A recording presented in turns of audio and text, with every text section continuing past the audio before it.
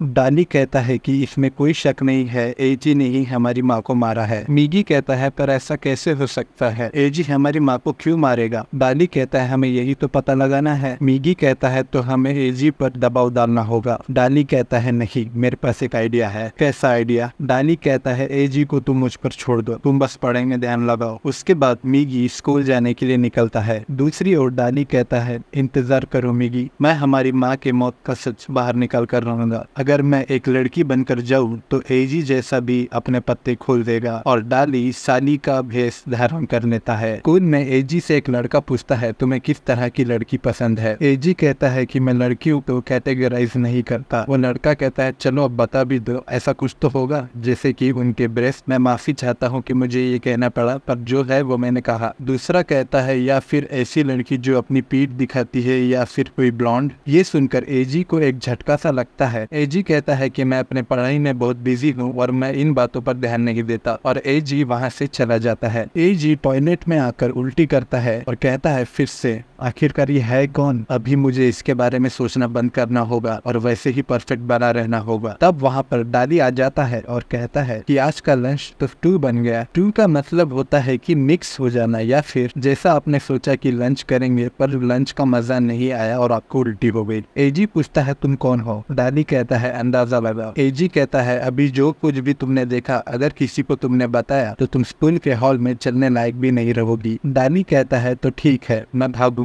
डाली भागता है और एजी उसका पीछा करता है। फिर एजी उसके बाल पकड़ लेता है और डाली का राज खुलने ही वाला होता है, पर वो खुद को बचा लेता है। फिर एजी कहता है तुम्हें क्या चाहिए, पैसे। डाली कहता है तो क्या ये चुप रहने के पैसे हैं, और उसके पैसे ठुकरा देता है और कहता है कि मैं तुम्हारी और भी शर्मिंदा चीजें देखना चाहती हूँ, वही पैसे मैं लूंगी। और यहाँ पर डाली के हाथ से वो लॉकेट गिर जाता है। ये वही लॉकेट है जो मिगी ने अपनी गर्लफ्रेंड साली को दिया था, पर हमें पता है साली कोई और नहीं डाली है। उसके बाद डाली एजी की 5 साल वाली तस्वीर देखता है और कहता है ये तो बहुत शर्मिंदा जनक बात है, इसमें तुम 5 साल के हो। एजी कहता है इसमें शर्मिंदा होने वाली क्या बात है, सबके साथ ऐसा ही होता है, सब छोटे से बड़े होते हैं। डाली कहता है तुम्हें पता है एक 5 साल के बच्चे का दिमाग एक कुत्ते के दिमाग जैसा होता है। इसका मतलब ये है जो ये फोटो में एजी है वो भी एक जानवर जैसा है। एजी कहता है मैं कोई जानवर नहीं हूँ, और कहता है कि अब तुम अपना मुंह बंद रखना, क्योंकि जो तुमने कल देखा है मैंने उसके लिए तुम्हें ये फोटो दे दिए हैं। डाली कहता है इससे कुछ नहीं होगा, मुझे तुम्हारे और भी जानवरों वाले फोटो देखने हैं। जानवरों वाले फोटो से मतलब है कि उसके बचपन की फोटोज डाली को देखनी है। उसके बाद एजी उसे अपने फोटोज देता है। डाली की नजर क्रिसमस के एक दिन पहले वाली फोटो पर पड़ती है। जैसा कि हम जानते हैं कि क्रिसमस 25 तारीख को होता है। डाली देखता है कि 24 तारीख को एजी के बटन्स पूरे हैं और 25 तारीख को यानी कि क्रिसमस के दिन एजी की एक बटन गायब है। एजी कहता है वो मेरा फेवरेट पैजामा था। डाली कहता है बहुत प्यारा पैजामा है, पर 25 तारीख को एक बटन क्यों गायब है। एजी कहता है कि मुझे वो दिन अच्छी तरह से याद नहीं है, पर उस वक्त मुझे सेंटा पर यकीन था, तो ये कहना गलत नहीं होगा कि मैं एक जानवर था। इसका मतलब ये है कि छोटा सा बच्चा था। और डाली से पूछता है कि तुम कितने साल की थी जब तुमने सेंटा पर विश्वास करना बंद कर दिया था। वो कहता है कि सेंटा मेरे पास कभी नहीं आया। इसका ये भी मतलब है कि उसका सेंटा में कभी विश्वास ही नहीं था। एजी उससे कहता है कि तुम मुझे अपने 5 साल की फोटो दिखाओ। डाली कहता है मेरे पास एक भी नहीं है। और डाली कहता है कि गलत मत समझना, ये फोटो सिर्फ मेरा मुंह बंद कराने के लिए है। एजी कहता है हाँ मुझे पता है। डाली कहता है मैंने फोटोज तो देख ली,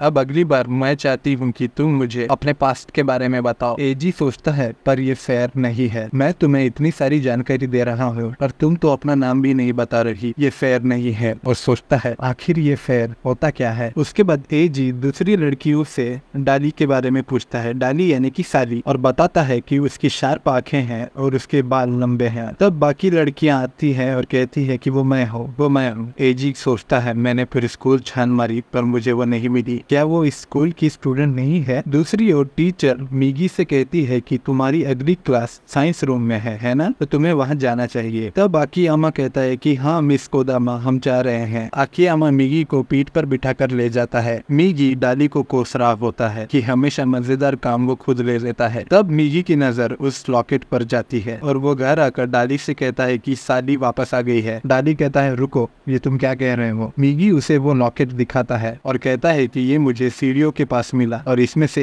एक साली का है। डाली सोचता है क्या मैंने इसे गिरा दिया, मेरे से बहुत बड़ी गलती हो गई है। और वो मिगी को समझाता है कि कि सुनो, साली यहाँ पर नहीं है क्योंकि वो दूसरे शहर में चली गई है। उसके बाद मिगी साली के पोस्टर स्कूल में लगाता है और कहता है कि डाली कहता है साली यहाँ पर नहीं है, पर मुझे पता है कि वो इसी स्कूल में कहीं पर है। तब आकियामा आता है और पूछता है हितोरी ये क्या है? मिगी कहता है ये मेरी देवी है साली। आकियामा पूछता है साली कौन है? मिगी कहता है दूर जाओ, मेरा पीछा मत करो। फिर डाली मिगी के पोस्टर्स देखकर हंस रहा होता है और सोचता है ये साली है क्या? मिगी की ड्राइंग स्किल तो बहुत बेकार है और सोचता है मिगी मुझे कभी पकड़ नहीं पाएगा। फिर मिगी सोचता है कि कोई भी आकर साली के बारे में जानकारी क्यों नहीं दे रहा। आकियामा मिगी से कहता है कि तुम्हारी ड्राइंग बहुत ही अलग है और इसे कॉमन लोग नहीं समझ सकते, पर तुम्हारी ड्राइंग देखकर मैं समझ सकता हूँ कि इसमें कोई पैटर्न है। ये मैं हूँ, ये एजी है और ये है हमारी टीचर मिस कोदामा। जिस तरह तुमने उनके बाल बनाए हैं वो साली चांद जैसी लग रही है। हमारे टीचर के बाल सीधे हैं तो इसका मतलब है कि साली के भी सेम होंगे। साली के आंखें तुम्हारी तरह है और आकियामा एग्जैक्ट फोटो बना देता है। फिर मिगी ये वाले पोस्टर्स स्कूल में चिपका देता है। तब कुछ लड़कियां वहाँ पर आती हैं और कहती है तो ये लड़की गायब है जिसके लंबे बाल हैं और बिल्ली जैसी आंखें हैं। और एक लड़की कहती है कि अरे ये तो वही लड़की है जिसको एजी ढूंढ रहा था। फिर मिगी एजी का पीछा करता है और आकियामा से कहता है कि मेरा पीछा मत करो। मिगी आकियामा से कहता है कि मुझे गलत मत समझिए, ऐसा नहीं है कि तुम मेरे रास्ते के बीच में आ रहे हो, पर ये बहुत खतरनाक है। आखिरकार तुम मेरी इंपॉर्टेंट हेल्पर हो। उसके बाद रूम में डाली एजी से पूछता है कि मुझे क्रिसमस के बारे में बताओ जब तुम 5 साल के थे, पर एजी बता नहीं पाता क्योंकि वो साली के खूबसूरती में खो गया है। तभी वहाँ पर मिगी आ जाता है। मिगी उसका हाथ पकड़कर वहाँ से ले जाता है। एजी उसका दूसरा हाथ पकड़ लेता है। मिगी कहता है तुम्हारे गंदे हाथों से मत लगाओ। एजी कहता है बीमार चूहे जैसे तो तुम लग रहे हो। फिर डाली मिगी से अपना हाथ छुड़ा लेता है और कहता है कि मैं एजी को डेटिंग कर रहा हूँ। ये सुनकर मिगी के पैरों तले जमीन खिसक जाती है। उसके बाद डाली एजी के घर आता है। डाली पूछता है कि तुम्हारे माँ बाप कहाँ हैं?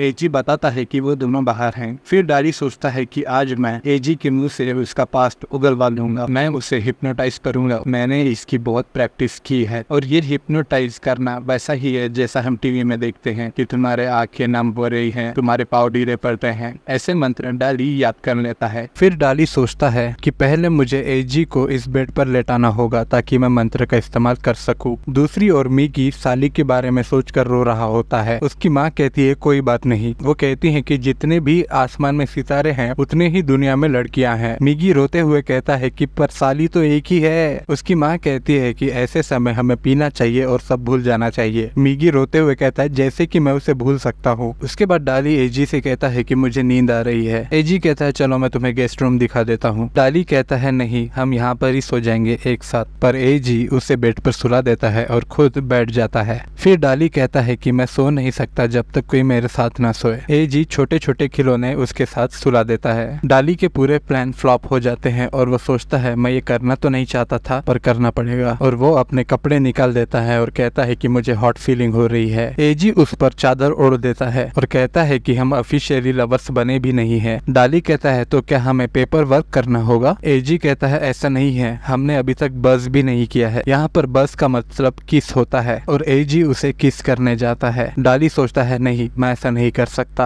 और उसे अचानक से किस कर लेता है। उसने ये सब इसलिए किया क्योंकि उसे किसी भी तरह अपना मिशन कामयाब करना है। उसके बाद डाली एजी पर वो मंत्र पढ़ता है और एजी बेहोश हो जाता है। डाली कहता है कि एजी ने हमारी माँ को मार दिया क्रिसमस की ईव और क्रिसमस के बीच में। एजी बड़बड़ करता हुआ सो जाता है। तब वहाँ पर खिड़की से मिगी आता है। डाली मिगी से कहता है कि मैं अभी बिजी हूँ, प्लीज यहाँ से चले जाओ। मिगी डाली को वो लॉकेट दिखाता है और कहता है कि मैं सच में तुमसे प्यार करता हूँ। तब एजी जाग जाता है और मिगी को ढकेल देता है, पर डाली उसे पकड़ लेता है पर उसका पेंडेंट टूट जाता है। डाली गुस्से में चिल्लाता है बेवकूफ, और मिगी को एहसास होता है कि साली ही डाली है और मिगी उसके हाथ पर काट लेता है। फिर एजी डाली से कहता है कि वो एक भूत नहीं था और हमें पता चलता है क्रिसमस के दिन जब एजी छोटा था तब खिड़की से मिगी और डाली की माँ वहाँ आई थी, पर एजी उन्हें देखकर डर जाता है और धक्का मार देता है और वो बटन भी मिगी और डाली के माँ के हाथ में रह जाता है और उनकी माँ वहीं पर मर गई थी। एजी अपनी माँ को लेकर आता है पर वहाँ पर कोई नहीं होता। एजी की माँ उसे समझाती है कि पूरे ओरेगॉन गाँव में ऐसी कोई भी औरत नहीं है जिसके लंबे ब्लॉन्ड बाल हैं, तुमने एक भूत देखा है। उसके बाद डाली घर आता है और कहता है अब बदला लेने का समय आ गया है मिगी, और मिगी डाली का हाथ पकड़ लेता है और कहता है मैं तुम्हें कभी माफ नहीं करूंगा।